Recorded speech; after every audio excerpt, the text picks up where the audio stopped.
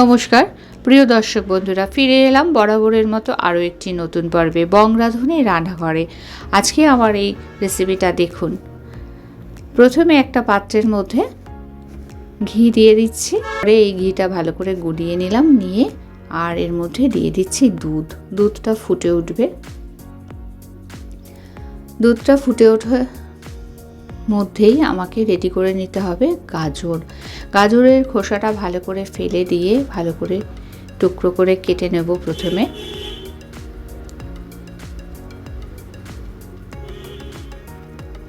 বন্ধুরা, আমার birds and gardening আরেকটি চ্যানেল আছে, আপনারা এখানে প্রচুর পাখি আর গাছের তথ্য পাবেন।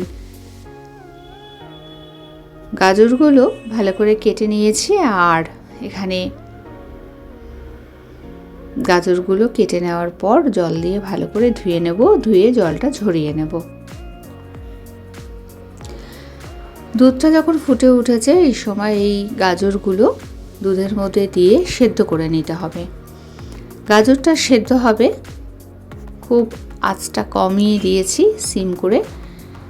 ঢাকাটা খুলে খুলে বারে বারে এটাকে নাড়িয়ে দিতে হবে। যতক্ষণ না সেদ্ধ হচ্ছে ততক্ষণ আমাকে এইভাবে নাড়িয়ে নাড়িয়ে রেডি করে নিতে হবে। যখন এবার গাজরটা সেদ্ধ হয়ে গেছে, সেই সময় একটা ম্যাশার দিয়ে গাজরটাকে ম্যাশ করে নেব। ভালো করে ম্যাশ করে নেওয়ার পরে যখন এটা অনেকটাই কমে গেছে পরিমাণে, দেখুন বন্ধুরা, এই সময় ঘনত্বটাও বেড়ে গেছে।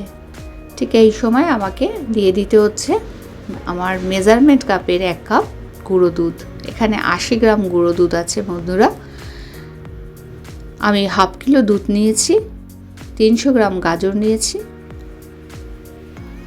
80 গ্রাম গুঁড়ো পাউডার নিয়েছি, আর 1/3 কাপ মানে 80 গ্রামের থেকে 1 ভাগ কম সুগার পাউডার দিয়েছি। চিনিটা আপনারা আপনাদের স্বাদ অনুযায়ী দেবেন। দিয়ে দেবো কাঁচা কুচিয়ে নেওয়া কাজু কিশমিশ। ব্যাস, তাহলেই আমার হয়ে গেল। যতক্ষণ না এটা টেনে পাত্র থেকে আলাদা হচ্ছে শুকিয়ে গিয়ে, ততক্ষণ এটাকে নাড়িয়ে নিতে হবে।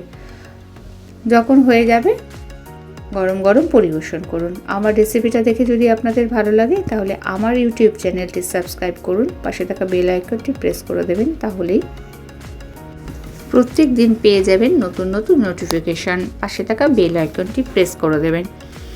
আজ তাহলে এই পর্যন্ত, ফিরে আসছি পরবর্তী ভিডিও নিয়ে। পরবর্তী সময় সঙ্গে থাকার জন্য, পুরো ভিডিওটা দেখার জন্য অসংখ্য ধন্যবাদ।